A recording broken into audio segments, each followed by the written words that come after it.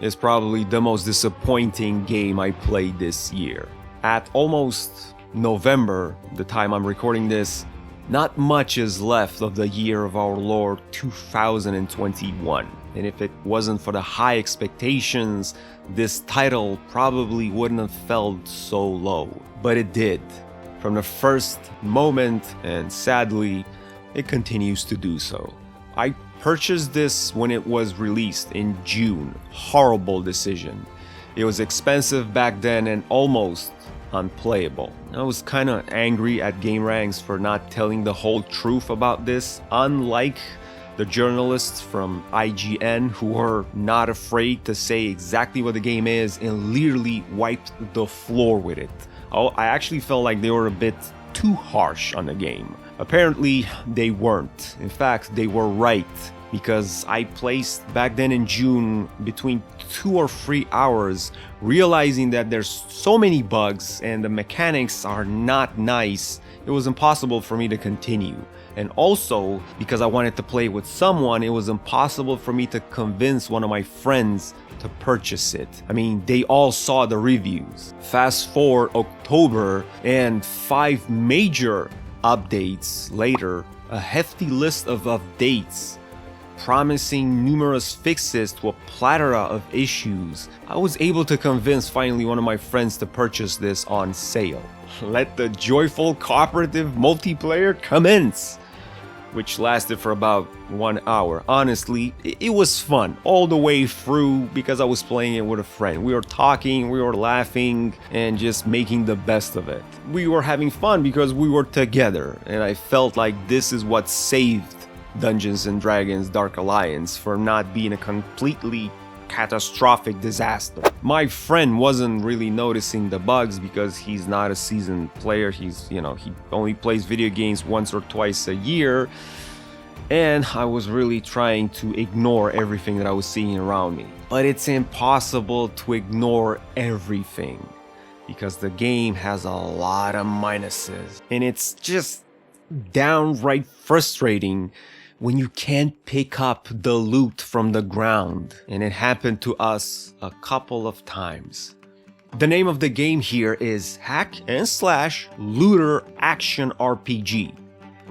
There's not much of RPG happening. In fact, there isn't any RPG happening. When it comes to the actions, which is the actual combat, that sucks. And when you do find an item, you better be lucky enough to be able to pick it up. I'm just remembering about it, and it just kind of makes me angry all over again. When it first happened and I realized that that was a bug, I just wanted to uninstall the game right then. Luckily, my friend is very patient, and I kind of soldiered on with him while kind of pretending that I didn't see it or pretending that I still like this, just so I won't ruin the experience for both of us. Conclusion: if you're going to pick this up, make sure that you are a casual gamer and don't take it too seriously, you're not too picky, and most importantly, have someone to play it in co-op. Only in co-op this might just work for you. Maybe. For thousands of years, the shard lay forgotten beneath the snows of Icewind Dale. There it waited, until some fool, a would-be wizard lusting for power beyond his due, answered the shard's call. Hi guys, my name is Rocashu. That was a very long intro, and this is Dungeons & Dragons Dark Alliance. There aren't many other titles respected and famous in the world of tabletop RPGs, dungeon-dwelling co-op, like Dungeons & Dragons. It's highly respected, it promises story wrapped in dense lore, and overall, the best quality you can expect, like nothing else. So you can imagine when the game came out in summer this year, I was like, yes indeed. I mean, this is exactly what I wanted. Co-op, Dungeons & Dragons, hack and slash, RPGing, of course I'm gonna buy this, and this is gonna be amazing, cause what could possibly go wrong? Except Two-Way Games developers, or whatever their name is, managed to get it wrong. In fact, they failed altogether. The result, even right now as I'm recording this after so many updates, is most likely something you probably want to stay away from. With one or two exceptions, a couple of good things that are just not enough to keep this together. For 2021, the graphics look mediocre or even just straight up bad.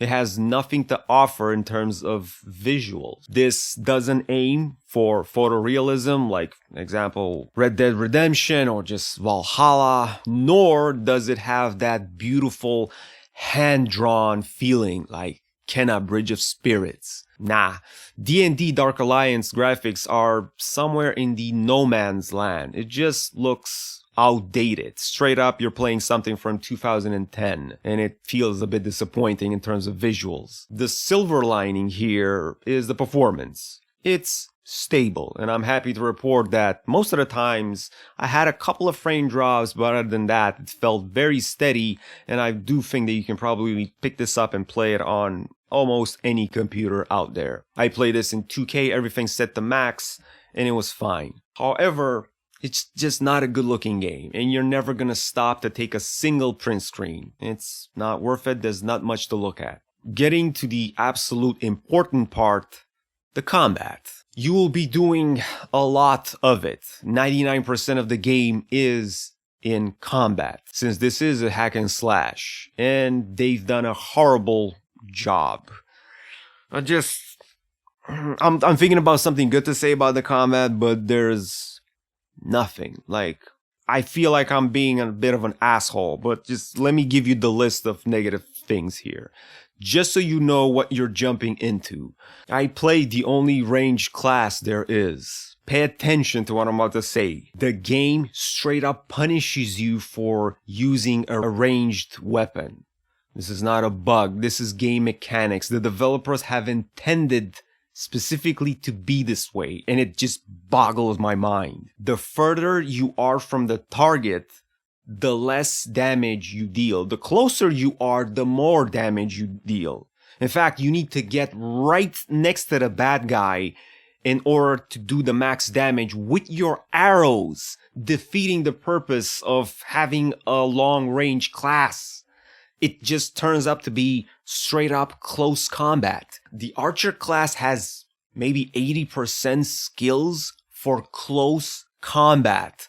Some sort of martial arts kicking style of fighting that you need to change some combos. You will always do more damage with your kicks than you will with your arrows. Fear not, though, that the Ranger class has its most important utility, mainly because the game level of design and the game difficulty is not balanced. The game literally forces you to play on hard just so you can get better loot. And we all want better loot. The only possible way to finish a boss fight if you're playing a hard level of difficulties is to kite for 10-15 minutes straight, running around the boss, doing minimal damage just so you can finish it. My friend played as a tank. The level of difficulty is brutal. One hit, he's dead. One hit, I'm dead. I just had to run around and just finish the level by myself. It's frustrating because the skills that do the most damage on the archer class are the close range ones, not the arrows. Well, wait, it gets worse, much more worse, and I feel like I'm nagging and complaining, and this is probably not fun. I wish I could give you some incentive why to purchase this. I just can't really find much. If you do play a close range melee class, like my friend, he was playing the dwarf, because he was a tank up close, and I was a ranger, dealing damage from afar. That was the idea, right? Well, wrong. If you do play a close range character and someone is hitting from behind, you see the animations from the arrows and the critical hits and all of those explosions and all of those arrows in your camera. The entire screen is basically full with those animations to the point where you can barely see what's happening in front of your eyes. The easiest way was for my friend, and I'm sorry, but I don't have recording to show you this, was for him to fight some bad guys to the side and I fighting different bad guys. If we were attacking the same bad guys, I had to shoot in his direction and he was almost blinded. He couldn't see anything around him. I made his life horrible when I was shooting at the same bad guy he was fighting. And it happens this quite a lot because, you have mini bosses and champions and you need to fight them together. Finally, when it comes to the story, there is a little bit of lore, considering Dungeons & Dragons altogether has a ton of lore. They try to integrate into the game via tablets. You pick up tablets along the way and you get to read about them when you are at your home base. Honestly, after so many negatives, I couldn't care less about the lore. I read 1 tablet, 2 tablets, and it wasn't bringing anything extra to the story. The cutscenes, fortunately, most of them were kind of funny. They looked good and they were worth watching. The story does tend to take itself seriously. I played as the female Caddy Bryce, while my friend was playing the dwarf, Caddy's father. She is adopted. That's the only way this would make sense. They do talk amongst each other. She takes everything seriously. Sometimes she gets a bit emotional. She feels sad for what happens to her father realm. The main character is the dwarf, as the action takes place in the realms of dwarfs somewhere in the underground. The story isn't that interesting and certainly doesn't make up for the other minuses the game has.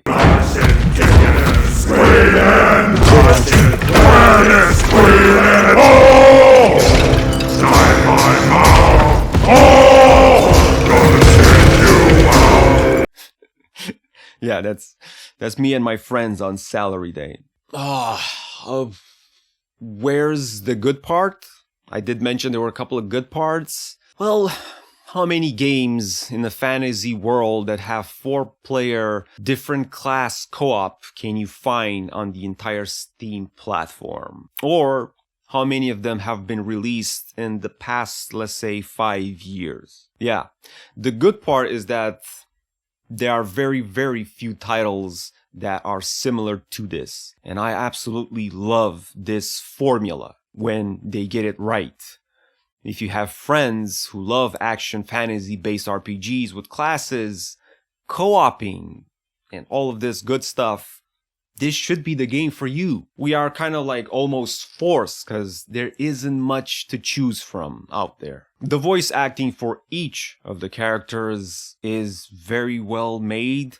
There's only one single NPC in the entire home base, and that guy has nice voice acting. He's pretty funny. Sometimes the merchant will call Caddy CB, and he's very friendly, and I don't know, there's something about him, the voice acting, it's very sweet. The dialogue between the characters during the level is kind of spot on, and it keeps this small story engaged while you're hacking and slashing. Like I said, the performance is good, and if you want to pick it up, you can, regardless if you have an older computer. It's going to run just fine. This is a huge plus. Not everybody has a brand new computer, and considering how messed up this game is, hell, might as well run it on everything. In the end, I can only recommend this if you play it with a friend or more.